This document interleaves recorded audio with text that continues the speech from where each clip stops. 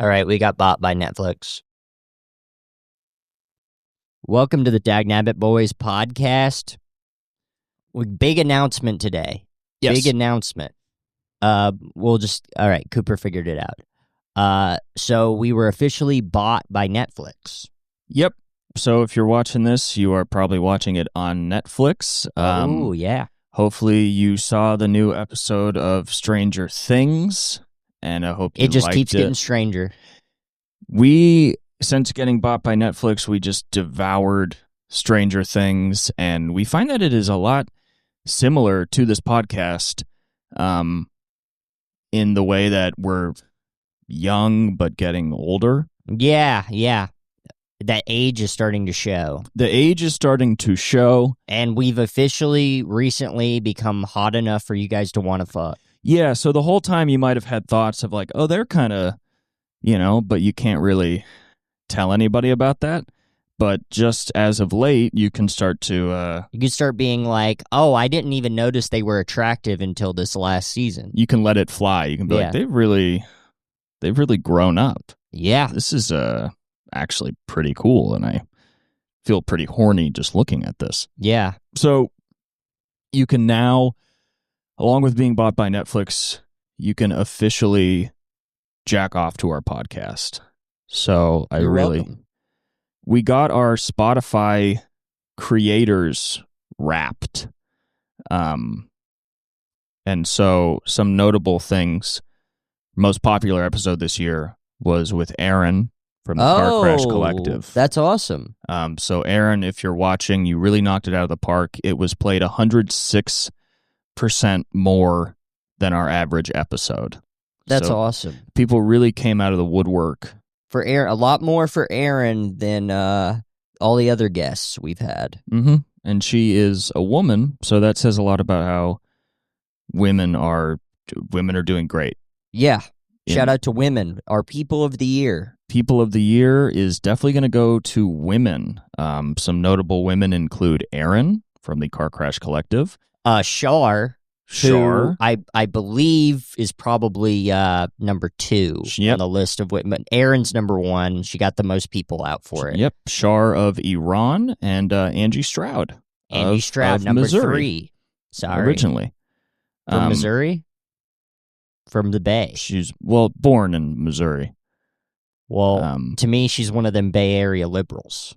She is a Bay Area liberal, but she was born in Missouri. And so between Shar and Angie, we don't know who garnered more favor, but we do know that Aaron's episode was number 1. Much better than those two. Well, episodes. I can't pick favorites, but Spotify did. Spotify 100% did. Spotify's more of an Aaron fan than a Shar and Angie fan. Aaron is definitely good for Spotify. Yes. And there was something notable. Okay, this is what I really like. So the people who listen to our podcast, the top musicians that they were into were number 1, Taylor Swift. Number 2, Kendrick Lamar. Number 3, Playboi Carti. Number 4, Radiohead. And number 5, Sabrina Carpenter. So if you are a Swiftie listening to this, we're so glad to be in the club. That kind of shows that we're kind of we are good for general audiences. I think we have good, mainstream appeal. We're good for general audiences, and I think we kind of inspire women to be as we said, I mean, Aaron's podcast was number 1. We kind of put women in the spotlight. Mm-hmm. So I think that women like that. Mm-hmm. And she's a blonde woman like Taylor Swift. So I think Taylor Swift fans... Oh, that's interesting. Shar and Angie are not blonde. They're not blonde, but... eat your heart out, Right. I mean, you're kind of going at them a lot. I feel like we'd want to make it clear I didn't know until just now how much more popular the Aaron episode was than their episodes. I feel like... Yeah, but it's also more popular than all of our episodes, too. I feel like you're sort of honing in on Angie and Shar. Well, I already knew our episodes weren't that popular. Okay, I understand that. But yeah, and also Sabrina Carpenter, so if you're a slut... Is that the type of music she makes? Yeah, it's pretty cool. I mean, I like what she does. She just talks about how she likes to get fucked and shit, and gets her pussy fucking rammed and stuff. And I think that's cool. Oh, the top audiobooks. Yeah, so the top audiobooks were Death's End by Cixin Liu, Rejection by Tony Thulemute, Wicked, so any of our Broadway fans, Tattoos on Heart by Gregory Boyle, and Rabbit by Patricia Williams, which has an earring on the cover, so maybe that's also for girls. Probably not.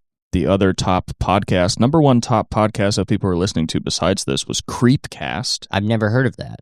Yeah, so I think they probably do what we do. I mean, we're a bit of a Creepcast, I think. No. Number 2 is Joe Rogan Experience.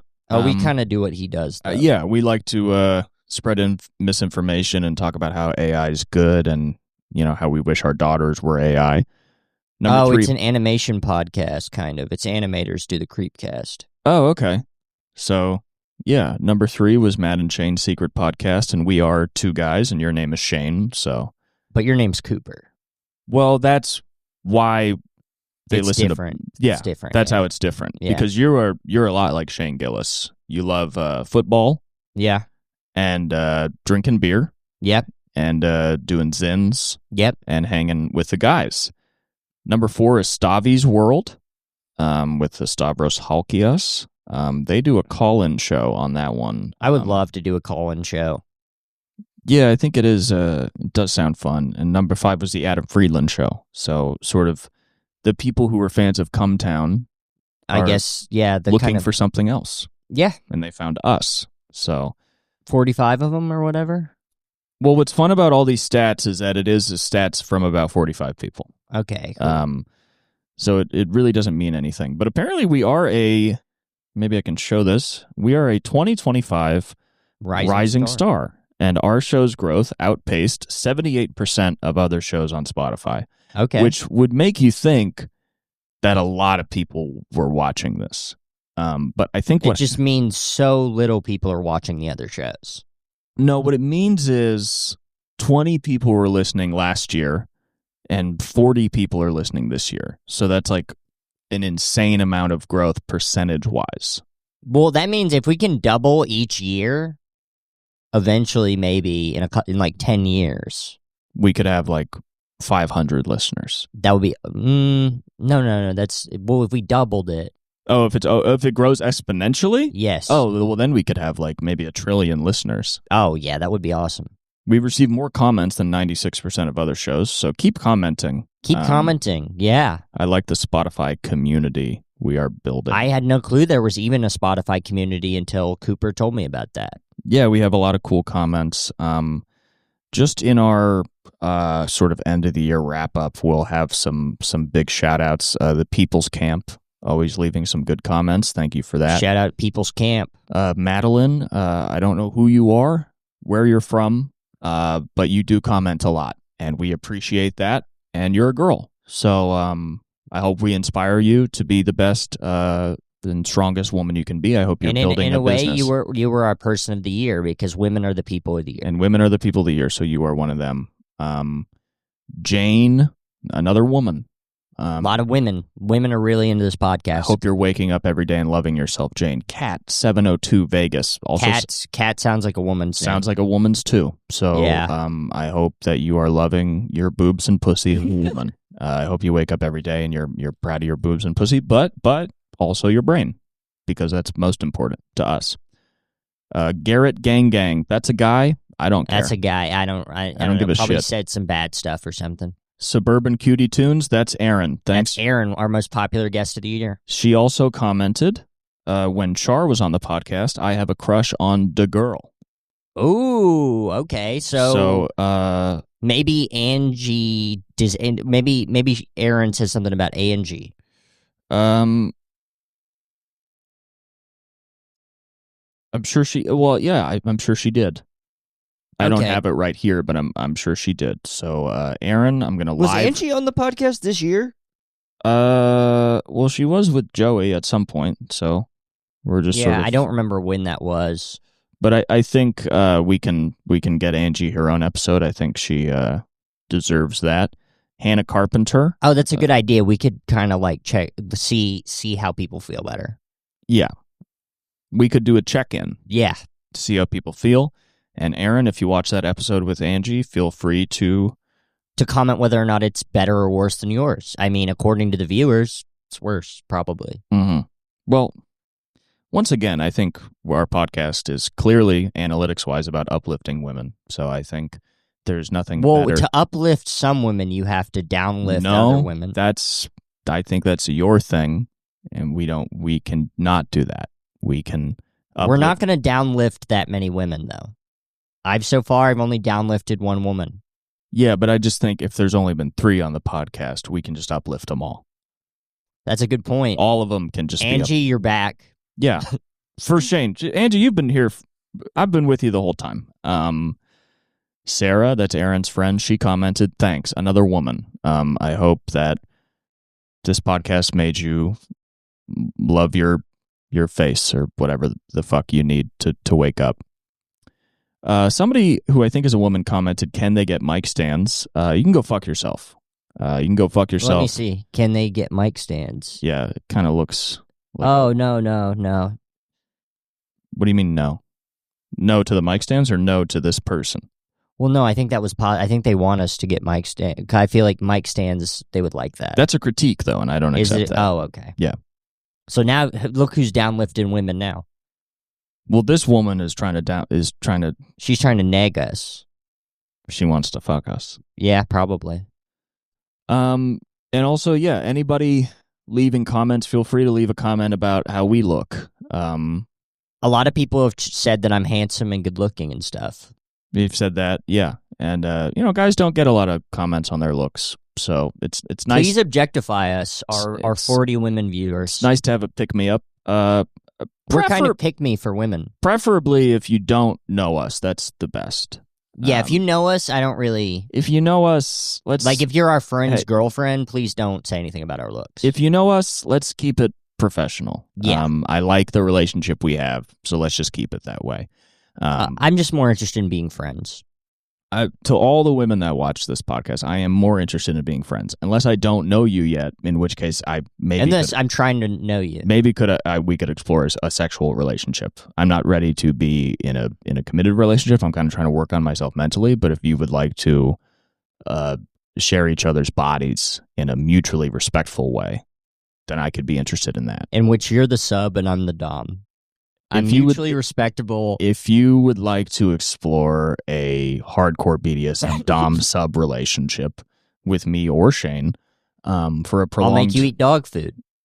That's something Shane does. So if you're I don't do it, but I could. But Shane wants if you're interested. Shane is looking for a lady to feed dog food and make drink out of the toilet. And also that. So if that's... And carry around on a leash. Okay, so if you're looking to be somebody's dog, Shane is looking to be an owner. Yeah. I'm looking for sort of maybe just more classic, just strap you to a piece of plywood. And we have a safe word, something like mandami or something. No safe word with me. Yeah, so that's... If you opt in, you ain't opting out. If you're looking for a more extreme, maybe one of those things where you sign a contract that's not actually legally binding, but if you want that with Shane, leave a public comment on Spotify or YouTube. And, YouTube would be easier for me. I don't have the Spotify stuff. Yeah, but if you do comment on Spotify that you want to engage in a long-term dom-sub relationship with Shane and you comment on Spotify, I can let him know. And then we can take it from there. Cooper's kind of my agent. He's kind of my agent in this area. For dom sub stuff. So if you're interested, send me a DM about... Or easier, you could just DM me. I check my message requests every day. Yeah, but it's easier to go through me. So it's a little bit easier to go through Cooper, yeah. Because I care about Shane a lot, and so just send me some pictures and some sexual proclivities that you have, and I can, if the pictures are to my liking, I can relay those to Shane, and you guys send some pathologies. Send some stuff that's fucked up about your relationship with your mom. Right. Shane thinks that's hot. So I'll Yeah. review those, and if they seem good to me and good enough for my friend who I care about a lot, then I will introduce you to Shane. And this is all about uplifting women. Mm-hmm. And yeah, and so if you're looking for something extreme, that would definitely check in with Shane. If you're looking for some, sort of more classic, some could call it bitch made. Well, classic bitch made. I wouldn't say that. Not that extreme. Just soft. It's very soft. I think nowadays a lot of stuff we consider soft is not actually soft. Choking's become so popular, but it's still a lot, and it requires trust. And so if you want to build that trust with me in an adult, mutually respectful sexual relationship, it'll be X-rated. We are going to have a party. Just watch out for the board with your foot. You're all right. You can push it farther away from you if you like. We are going to host a sex party for all of our viewers. If you do know us and are in a committed relationship, please do not come. But if you do come, your secret's safe with us. But if you do show up, and we're not going to kick you out. And you can do what you'd like to do. With who you'd like to do. Or have things done to you by us, if you're interested in that. We're going to try and Shout out Eli. Yeah, our friend Eli. In a relationship? Yeah. Begging to come to this sex party. He told us not to tell anybody. Our straight male friend Eli, if you want to come to our sex party and be domed by me or Shane. Which I'm not really into that stuff. He's not into it, but once again, you're the host of the party, so I have to, So he'll pour candle wax on you. Yeah, whatever. I have to be a good host. You have to be a good host. I have to suck whatever out of your ass that you want. Yeah, so we're gonna try and find a warehouse in Compton or somewhere kind of scary, to set up. Skid Row. Yeah, we're thinking we might do a public outside sex party, so the homeless can kind of come in and out of that too. MacArthur Park. We're thinking of maybe doing some smoke and play, kind of party and play type stuff, where if you want to smoke meth and then have like sort of marathon sex. Just know we both have fists, and we both have very tiny, weak fists. So if you just want to start out with a fist that's kind of pathetic and sucks, you can come to our fists. Nothing too major. Yeah. It's not the fist is so small, it's like you're getting fingered. Yeah. So if you're kind of looking to get into the lifestyle, so are we. And so we're going to be hosting a sex party for our viewers. In the hood. And just so you know, when you walk through those doors or into MacArthur Park, wherever it is, it's a bisexual, but you can't, gender's gone. It's really just about attraction. It's about sensation. Getting your nut off. It's about getting your nut off. And feeling shame the next day. Because I think if you think somebody's attractive, then you should forget about the gender and you should... and forget about whatever relationship you're in. When you walk in, you're a single bisexual. Just think of it that way. And whatever guy or girl that and your secret is safe with us. And you can bring your partner if you'd like to engage. Well, please don't. It makes it a lot less wrong. Well, as long as when you walk through those doors, you accept that your bodies are for everybody. Your minds may still be for each other, but your bodies are for everybody. And if you're, if you think you're a communist and you don't want to join, then what are you even doing? That's the big kind of this is hinging on, is that it's about socialism and collective action, whether that be soup kitchens or a kitchen of cum. Yeah. Which is sort of what we're building. Come in and get your bowl. And if you're not able to make it, we will live stream it. So you can watch it at home. But we're going to blur everybody's face. We're going to blur everybody's face, but you will see their bodies. We're going to blur their wedding ring. We're going to blur their wedding rings. If you like, sort of Japanese porn where it's blurred a lot, this will be similar. And you can stay at home and you can jerk off to it. Or if you like the Girls Gone Wild promo videos. It's going to be kind of like that. Yeah. But there will also be guys going wild. So once again, it's not heteronormative. It's bisexual weirdo, whatever you want to call it. And we're gonna uplift women there. Women will be uplifted. They will be uplifted sexually. Yeah. And then we'll also have non-sexual women's conferences to talk about. Hillary Clinton's coming. We'll talk about Hillary Clinton, and she'll be there, and we'll talk about podcasting and how women can enter the field of podcasting. Usually a male-dominated field.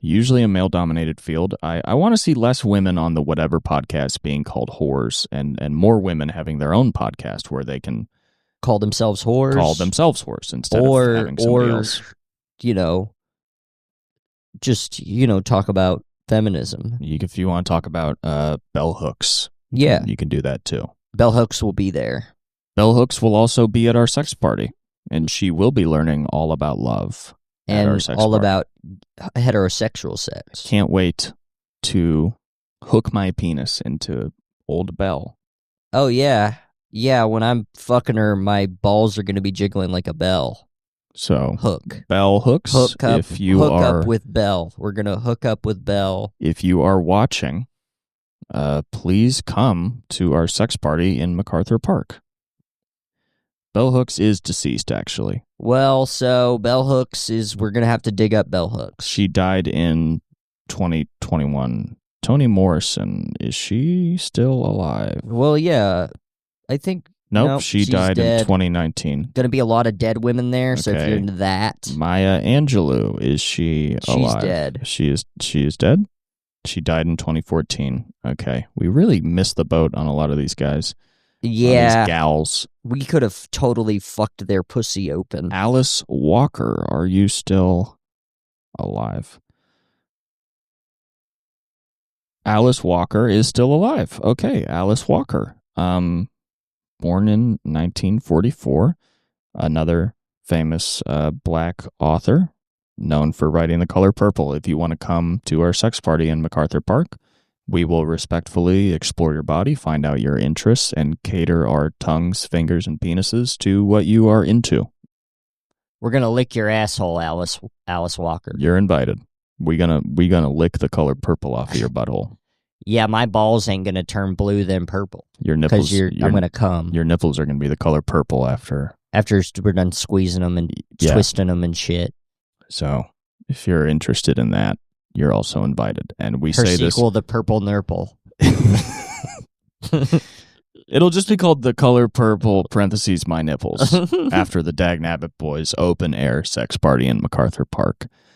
Open air sex party, plus it's MacArthur Park, so it's also open air drugs. So there's going to be a lot of drugs. I would suggest open air. Getting high at the party because there's going to be a lot of... Also, you don't want bring your ego. A gun. You don't know what's going to happen. It's definitely dangerous. I mean, it's going to be at 2 a.m. in MacArthur Park, so... Yeah, and a lot of people aren't going to be happy. We're just fucking and sucking in their home. No. You're going to be fucking close to a tent. There's a lot of tents everywhere. But then we're all going to get sandwiches at Langer's.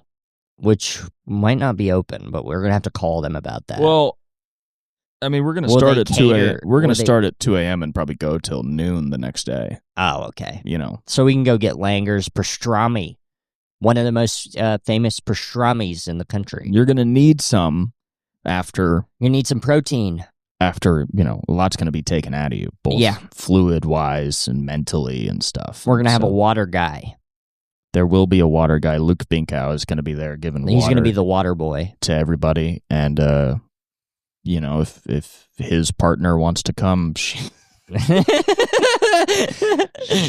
is allowed to come. And I hope Luke wouldn't stop her from having a nice time. Well, yeah, that's the problem with these heterosexual relationships. The men get so controlling, don't want their fucking girlfriends to get fucked. Coming to the open air sex party in MacArthur. A lot of guys get so possessive and controlling that they think that their girlfriend isn't allowed to come to an open air sex party and have sex with friends of theirs. Have rough trade BDSM sex with friends of theirs. But Luke's girlfriend, whatever your name is, if you want to show up, you are more than welcome, and we will have you there. And that invite is extended to any of our friends' girlfriends. If you want to show up and explore your bodies in rough trade BDSM sex with the Daganabbit or any boys. of our friends' boyfriends. Yeah, boyfriends too. Yeah, we're just if you want to cheat, it's a good place to do it. I think Aaron, who is on the podcast, has a boyfriend, right? They're in New York, so I don't think Alec can come. Alec, if you're in LA and in LA during the thing, if you want to show up and find something that Aaron hasn't given you yet sexually, we can lick your asshole. We can do that. We can rim you. We can do. We can just jack off together if you want to do that. If you want to jack off with us, Alec. I think I met this guy once. Yeah, seemed like a nice guy. He's a nice guy. Seemed like a nice guy. So if you're into that kind of thing, then come and check it out. So what are we looking at now? This is the room. Mark Twain had a beautiful house in Hartford, Connecticut. This was his writing room, but it was also a billiards room. So this is the desk he would write at, and then it also had a billiards table, and you can see there's some papers strewn about because he had a very messy workroom. Wow, what a punk. He had a beautiful home. Wouldn't you love to live here? No. What kind of home would you like to live in? I'd love a condo. Condo would be nice. Why specifically a condo? I don't know. That seems, I don't, like... Like you want to be kind of, you don't want like a I want land with a house on it. You want I want to be with the people. You want to be with the people. Where would the condo be? Dude, I would love to get a condo in like a hotel because you're just with people all the time. So there's just people around all the time. That'd be awesome. Where, like in like a hotel in New York, maybe, or like where? New York. What kind of hotel? Like an old hotel? No, one of those nice ones that's got all these like stuffs. Do you want it to be modern looking? Yeah. Interesting. But you do want to live out of a hotel? Yes. There's something sort of literary about that. Yeah. Living out of a hotel. A lot of people did that. Who? Henry Miller, I think, did that. So like this kind of house, though, you don't like? I don't want a house. You don't want a house. Why? I like to... Because houses are super expensive in the two places that are worth living in. Yeah, but we're saying you have a successful career, you're rich, money's not a problem. Oh. This is a money's not a problem I probably thing. would get like a condo in New York and LA. What about like a brownstone in New York? That'd be cool. Because that's like a house, but I feel like when you're saying condo, what you're looking for is kind of a compact living space. Yeah. But like, what about 3 stories, brownstone, New York? You got room to move, but it's mostly vertical. Yeah, that sounds cool. I've never been inside of a brownstone. I don't know what they look like, really, inside. What if you lived in the house George Washington lived in New York? That'd be cool. I mean, probably turn it into a trap house, make a little bit of money on the side. You would turn George Washington's house into a trap. Into a trap house? Yeah. Really? Well, yeah, just make a little bit of money on the side, and plus a bunch of people could live there, and free housing for a couple people. Like, you would sell drugs out of it? Yeah. Well, Darius would sell drugs. Who's like, he's like a crack dealer that works for you or something? He will be. Where are you going to find him? I'm a man of the people. I'll find a guy named Darius to sell me drugs for me. And I'll say I'll pay off the cops. So, would you buy a house or you would move into a vacant house in like a bad neighborhood? No, I'd buy a house. Okay, so what about a place like this? You know what I mean? Like this is the classic New York brownstone. I mean, that's beautiful. Okay, and then like the interior, something like this. Yeah, that looks cool. Do you like that? Yeah. You don't seem like a modern house guy to me, but do you like a minimalist modern house? Is that like more your thing than sort of maybe a Victorian kind of thing? I like the outsides of old buildings. I like how they're constructed, you know? Yeah, I think if you have the money, you know, you want something like this. Some good natural light coming in.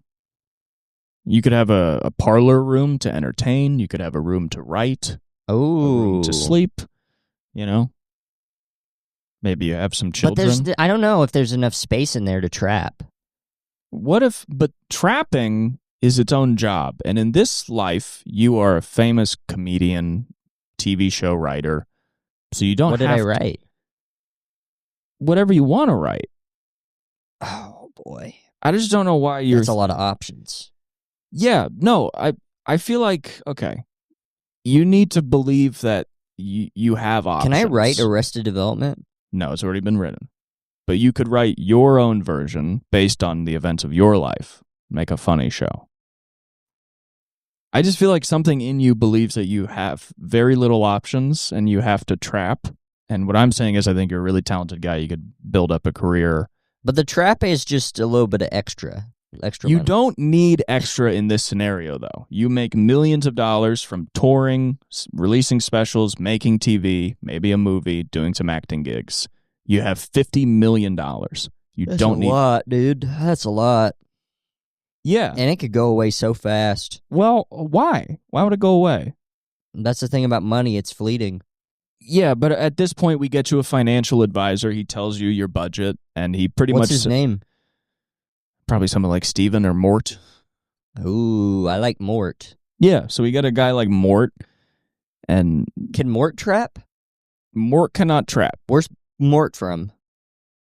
Maybe New York, probably. Brooklyn. He's from Brownsville? Maybe, yeah. That's a pretty trappy type of place. Okay. I mean, he's not a trapper, though. Once again, this is an accountant that's helping you with your money. But you have so much money But that he's pretty trapping much... would help with the money. But, okay. I mean, You understand right? that if you have a huge career as a writer, that trapping could ruin the career. It's not good.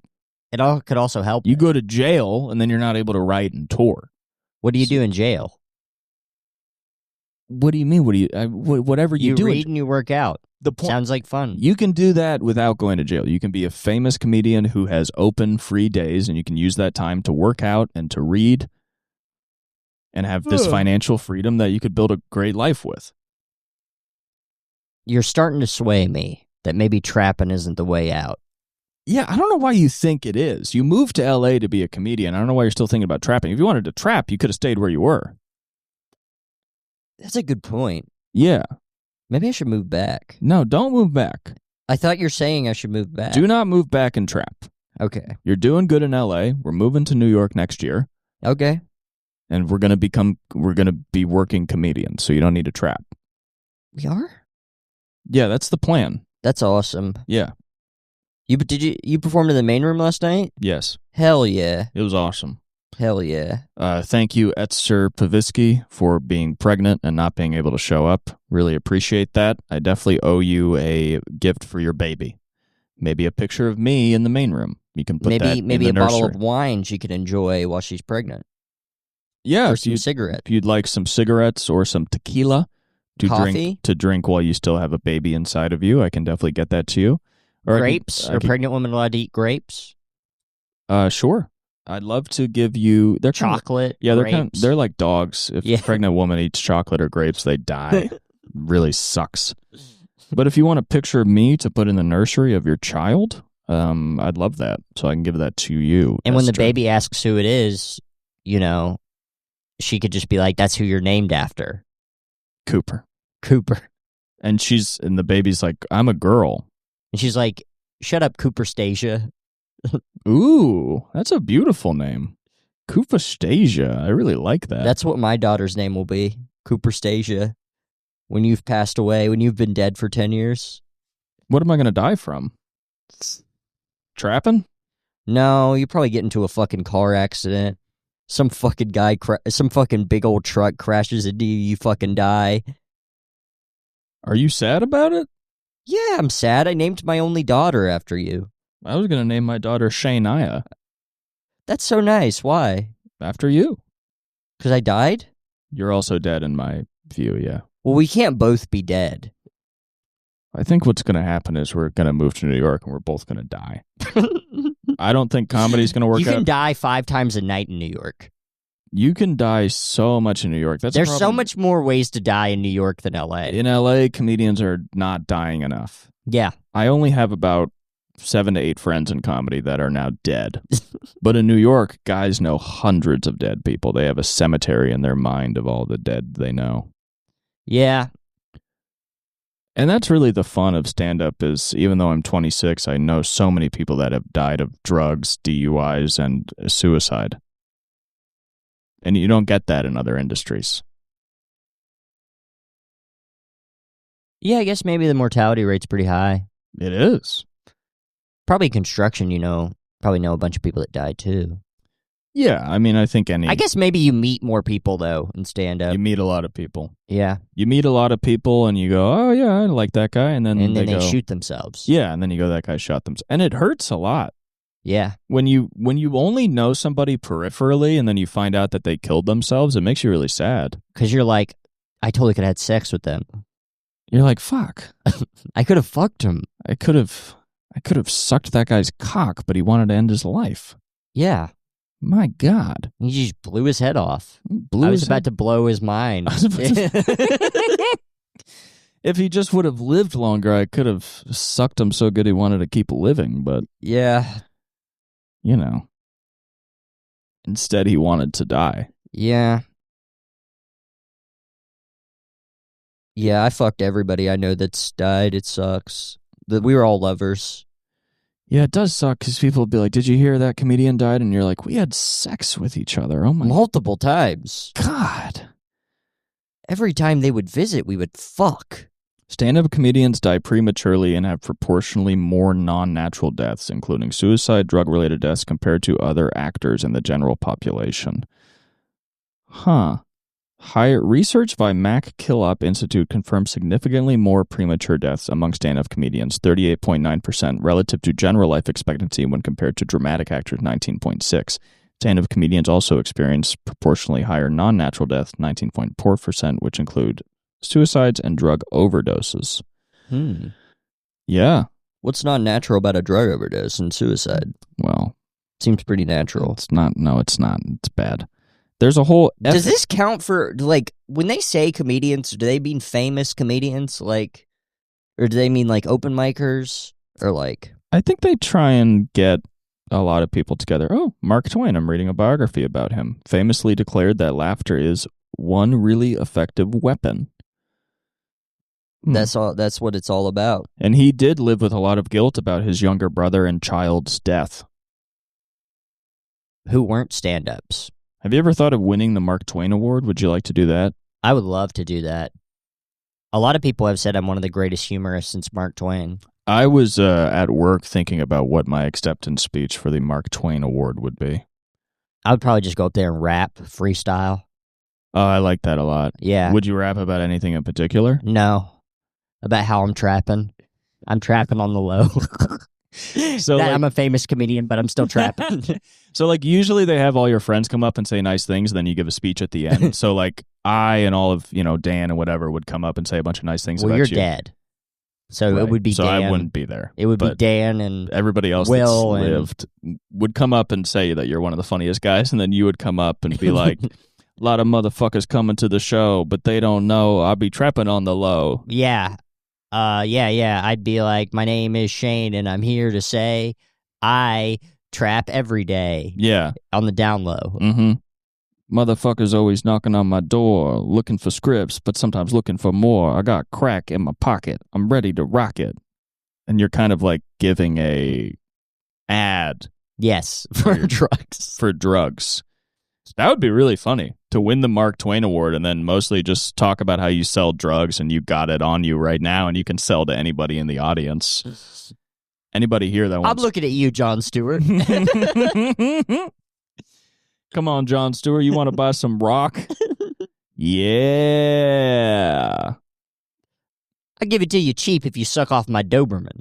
Oh, this is funny. It says studies found an unexpected 9.85% increase in suicides in the month following Robin Williams tragically ending his life, especially among males aged 30 to 44. So a bunch of fucking millennials saw Robin Williams kill himself and were like, I have no personality of my own. I guess I'll do what he did. Millennials did love Robin Williams. I mean, I love Robin Williams, and I'm not going to kill myself just because he does.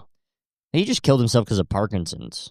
Yeah, also, that came out way later. Yeah. That people were like, he just knew it was going to get worse, so he just did the coolest thing a guy can do when he gets that diagnosis, is immediately kill himself. Yeah. Which, honestly, it wasn't even because he was that depressed or anything. It was just like, I don't want to live through Parkinson's. Yeah, I think you just have a baseline level of depression, and then they go, it's going to get so much harder for you, and you go, well, I don't like life right now, so I'm just not going to do that. He should have just gone back on cocaine. What? He should have just gone back on cocaine. That would be sick, to have Parkinson's and be on cocaine. Yeah. And people are like, why are you shaking so much? And you're like, because I'm beacon. Because I'm fucking beacon. Yeah, I think if I won the Mark Twain Award, I was thinking I would go up and just say I am the funniest comedian who has ever lived, and then I would say I am funnier than, and I would just name all the famous comedians. Yeah. And then I would say that Mark Twain was ugly and stupid and dumb, and I wish I was accepting an award named after a better person like me. I wish I was Cooper Lydon accepting the Cooper Lydon Award for humor. Yeah. And then I would say a Mark Twain quote. I'd be like, arrogance is the highest form of ignorance. And I'd be like, what does that even mean? That's so fucking stupid. He was an idiot. And then I would make fun of him for having his child and brother die. I'd like to give a shout out to my youngest daughter who's still alive. Yeah, I would do that. I would shout out how my family's still alive. And then I would at one point get choked up just by talking about how ugly everybody else is and how great I am at stand-up and how it's such a joy to know me. Yeah. And at no point would I like break and be like, but actually this means a lot. I would just go up and I would just say this means nothing. And I'd be like, I would also mention that I read a biography of Mark Twain, and I'd be like, I'm probably the only one that's ever won this award that's done that. Kevin Hart definitely didn't. He's a fucking idiot. Dave Chappelle definitely didn't. He's fucking stupid. Will Ferrell didn't. He's a dumbass. I watched all their speeches. They were bad. I just think it'd be hilarious. You win the Mark Twain Award and you're like, I am funnier than Richard Pryor, George Carlin, Maria Bamford, Bill Burr, Louis C.K. Did Maria Bamford get it? No, but I'm just naming comedians I look up to. Oh, okay. So I would just name all of them and I'd say I'm so much far and away funnier, more charming, more attractive. Oh, I also wanted to add a part where I go, a lot of comedians talk about working really hard on stand-up, and I don't have to do that. Yeah. And I think if you do, you're an idiot, and that's really dumb. And and then I would spend a lot of time. I barely write. I just go up there and freestyle it. Yeah, pretty much, I would say. My entire special was freestyle. Yeah. But the thing is, I would say I would be reading it off cards because I'd go, I wanted to write this down because if I, talked, I'm going to get choked up because this speech is very sentimental. And then I would go into just calling everybody else untalented and ugly. And I would say if I freestyled this would just turn into another special. It would just, honestly, if I talked. It would kill so hard. If I talked how I usually talk, it would just murder. And so That's not what tonight is about. Tonight is about me being able to finally take a load off from being the funniest guy who's ever lived. From being the funniest guy that's ever lived. And I would also talk about how the crowd is unattractive. And by this time, I would have a wife, so I would talk about how she is lucky to be with me. Yeah, and that even though you cheat on her with famous actresses, that she can't care because you pay for everything. Right. And that she knows that. And then I would look at her and not say anything for like 10 seconds and kind of wait until her face changes and her eyes drop to the floor and stops looking at me. And you'd go, oh, embarrassed? You know how I feel fucking having to cart you around everywhere. Yeah, so I would do that. So I would pretty much shit on all other comedians, shit on Mark Twain, who the award is named after, then shit on my wife. If my children are there, I would shit on them too. And it's like, you guys are going to think you should try stand-up. You're going to be terrible at it. Yeah. I'm going to be like, I would never support you doing stand-up because I'm the best at it in the family. And anybody else in the family that tries it is just going to make a mockery of our name. And if you do try it, I will cut you out of the will. I will throw you out on the streets and I will get somebody to get you addicted to fentanyl. I'll find a beautiful woman to seduce you and make you try fentanyl. I'm going to do that with my kids. Yeah. So they don't feel comfortable. Well, if I have like a successful life, if I'm so lucky enough to have a successful life in comedy, I don't want to raise. Well, you'll die. I don't want to. Well, you'll get let's hit imagine by a I semi. don't. Let's imagine I beat the odds and I don't die. I want to raise kids that aren't like snotty and nepo babies. So when they're around 17, I'm gonna get like a hot Latina to introduce them to fentanyl, so they have like a really fucked up 10 years. And if they survive, then they deserve to write, but not stand up. They can write a book, but not stand up. Yeah, they can write a book called like "My Father's So Awesome." I also just want to send a message to any family watching this. Don't even try stand-up. I'm the best at it in the family, so don't even think about it. Yeah. They're talking a lot in the book about Mark Twain's lectures and, how some people consider him the first stand-up. Yeah. And I do just want to make a statement that I'm better at stand-up than Mark Twain. Yeah. And that I'm better on stage and that he was an idiot. You know what's cool is how that we have illegal guns here. Yeah. It's awesome having this many illegal guns that are this illegal and this many. In this house, you mean? Yeah, in this house. Yeah. Yeah, I do like that pretty much anywhere you look in this house, you can find a gun with the serial number scratched off that may or may not have been used to commit a crime, either against somebody or just to get money. Yeah, and they're all way too big. Like, whatever the law is, we have them. Yeah, whatever the law about, either... We don't have a legal gun in this whole place. No. I have so many automatic weapons that I've converted using 3D printed switches and things like that the government just is too stupid to know about. The government is full of idiots. I would also mention that in my Mark Twain award speech. How many illegal guns I own and Glocks with switches and illegal modifications and bump stocks that I have, and that I have one on me right now. Yeah. What is it? What is that? Tobacco, alcohol, and firearms? Yeah. Fuck them. I wish I could kill everybody in that organization. Just want to make a quick shout out to the tobacco, alcohol, and firearms guys. I will kill every one of you. I will. And jurors. And jurors. Anyone that's ever been a juror is a punk. Yeah, jurors are sort of the outlaw's natural enemy. Yeah. Some of my friends tell me they did jury duty, and needless to say, they disappear within a few days. One time You're going to brag about snitching? One time my friend said he had to do jury duty, so I just immediately started intimidating him until he didn't do the jury duty. And he was like, it's just for like a park. It's like you're not even involved in it. But I just can't be friends with anybody that would ever sit on a jury. Yeah. So I started sending death threats to him and his family, and he got off the jury. Yeah. Yeah. You just can't have that, with our lifestyle, our trapping lifestyle, or at least mine. I can't know anybody that's willing to testify. Yeah. None of my friends would ever testify. Yeah. They would stay locked tight. If you can testify, then you can testify against me. Yeah, pretty much. And don't do that. And some people are like, well, I'm not testifying. I'm just on the jury. And I'm like, I can't have that either. Yeah, you're going to go in the back and you're going to say not guilty for everyone. I want to be on a jury on just a closed shut case about something that's not even a big deal, like a guy just doing a hit and run, and I'm just like, not guilty. And they're like, we can't leave if you keep saying that. And I'm like, I'll never say guilty. I am an out. What if you go to jury duty dressed like Jesse James, Yeah. And they're like, do you think you're fit to be on this jury? And I'm like, no, I'm a Wild West outlaw. I could never put another man behind bars knowing the life that I live. And they're like, are you admitting to being a criminal? And I go, I ain't a criminal. I just take what I need in a world that ain't giving it. I'd be using the word reckon a lot. I'd be always saying, you reckon? Do you think you're fit to be on this jury? I reckon I might be too on the outskirts of society to be in this jury. And then eventually the judge is like, are you an outlaw? And you go, I may be. I reckon I might be. Well, Judge, I reckon we may be on different sides of the law. He's like, so you are saying you're a criminal? And I go, I ain't no criminal. It's just that I can't exist within the bounds of society, so sometimes I have to stretch the law to make my own ends. I'm spending a lot of time reckoning. What if you were like a drug dealer, but you spoke like Jesse James? You dress like Jesse James? Yeah, you speak and dress like Jesse James. Where like you're on a corner, but you got like a leather duster and a hat and like 2 revolvers on you. Done reckoning.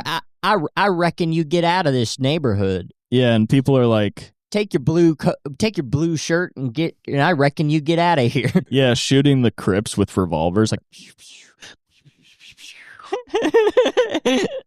That would be fucking awesome if doing a drive-by like that. Yeah. Choo choo. Yeah. Well, it would be cool to have a quick draw in a hood. Go to like, the 60s or whatever, and then just be like, how you doing, boy? Do that. That would be fucking awesome. People would be like, damn, that guy's badass. And then they shoot you, but then you lift up your shirt and you have like a iron oven cover over your chest. Yeah. So it doesn't get through.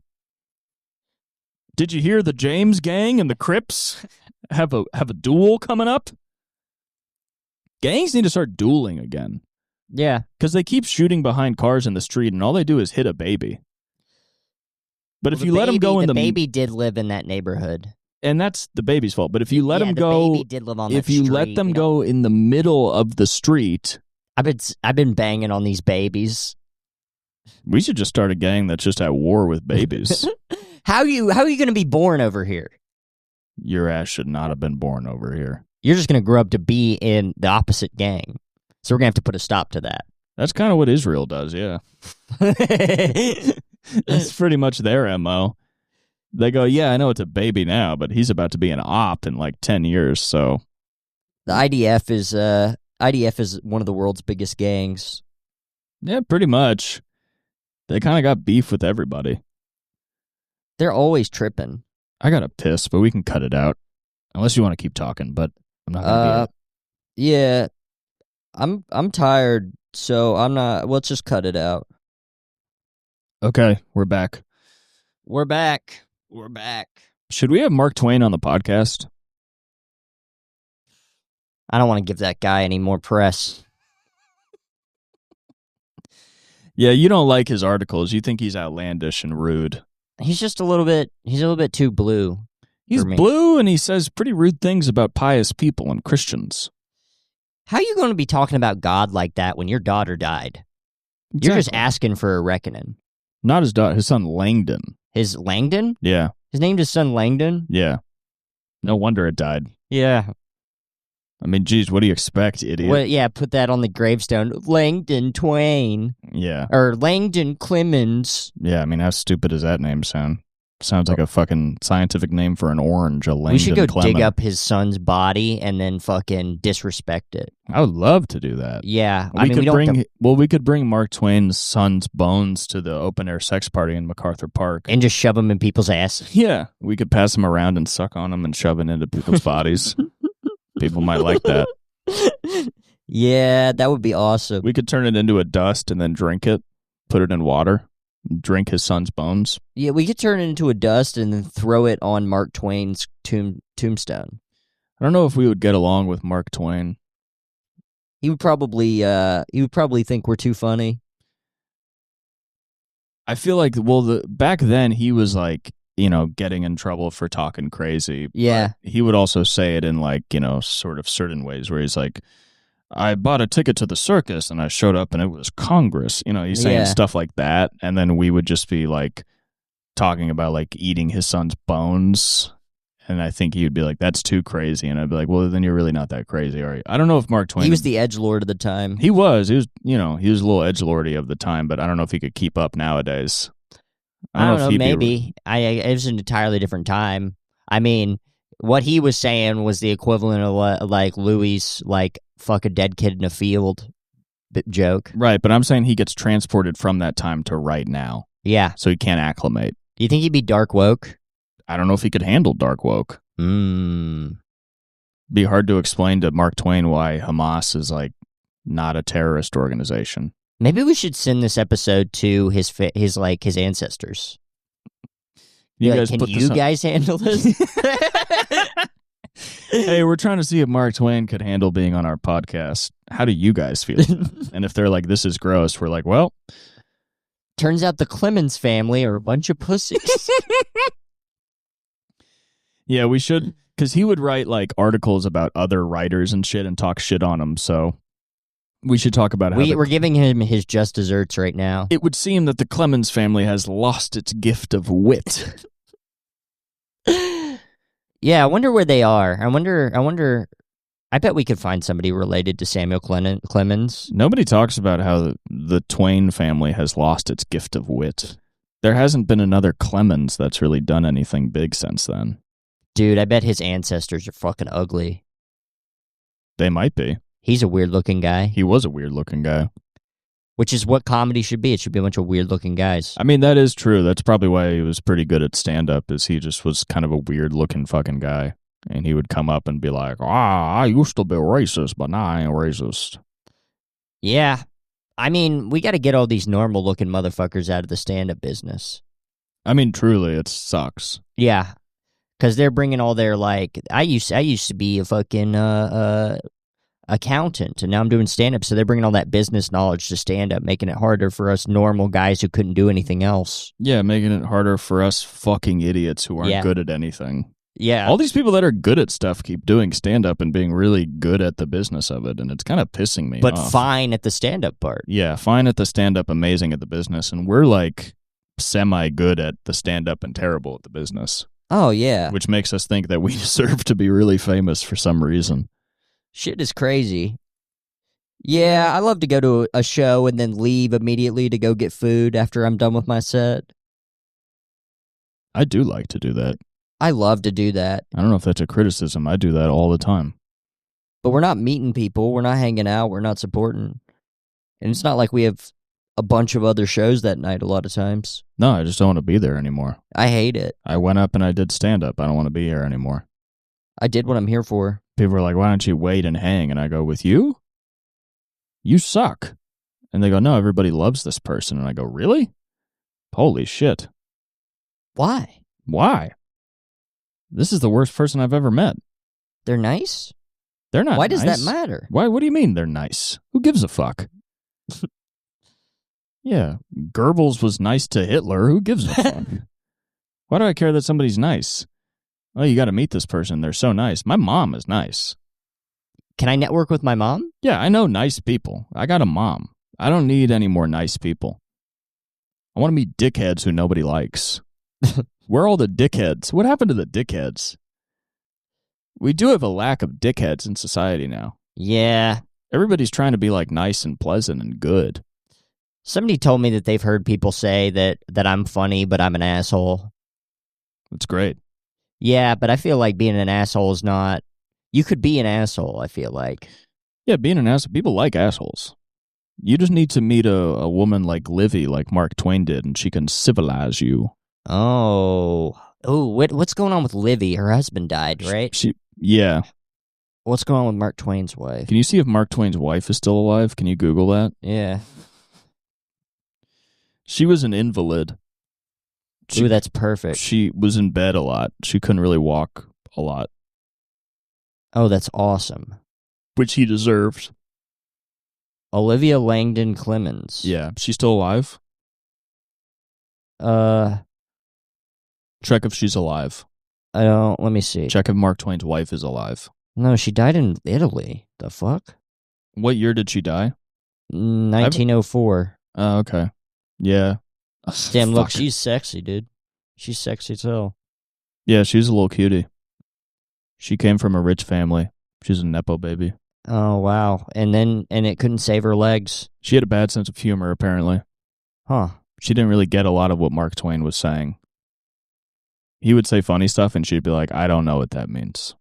And he was probably just making fun of her. He was probably roasting her for being disabled all the time. Which is a cool relationship that, like, she's just like this dainty, beautiful woman, and he's making all these jokes, and she's like, I don't know what you mean. And he's like, I love you so much, bitch. I swear to God, I love you so much. You are so fucking awesome.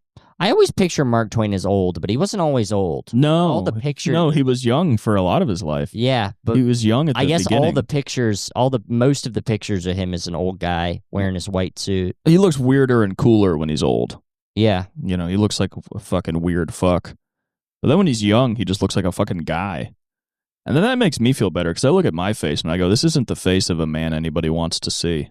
But then you look at the face of young Mark Twain and you go, that sucks too. Then you see old Mark Twain and you go, that's a guy I want to listen to. So I go, maybe one day I could look like a guy people want to listen to. Probably not. Probably not, though. I'll probably just be wearing a big coat, buying oranges. You'll be dead. Your face will be fucking shredded by the semi. When is that going to happen? August 16th, 2032. Not that long. It's about 6 years. You got some time. Am I going to have any success in stand-up before then? No. Oh, no. Yeah, you're about to break off, but then the truck gets you. Okay, so at least you're about to break through. So at least people will say stuff like, he was about to break through. They'll forget in a year. Yeah, but at the time they'll say it. Yeah, but that doesn't matter. It does. People forget people pretty easy. I know I'll be forgotten. It is funny to know that if I died right now, people would stop talking about it within like 3 days. Oh, yeah. It would be over so quick. Our friends would care. Yeah, but you can only talk about it, a guy like me, for so long. Yeah. Nobody would ever be like, do you remember? It would just be like first 3 days, it'd be like, fuck. And then they go to the funeral. And then after that, there's not much else to say. Yeah. We need to figure out who would be the most sad at our funeral. Kurt? Maybe Kurt. Kurt would probably be the most sad. Yeah. All right. Well, thanks for tuning in. Stay funny. Stay funny. Fuck the Clemens.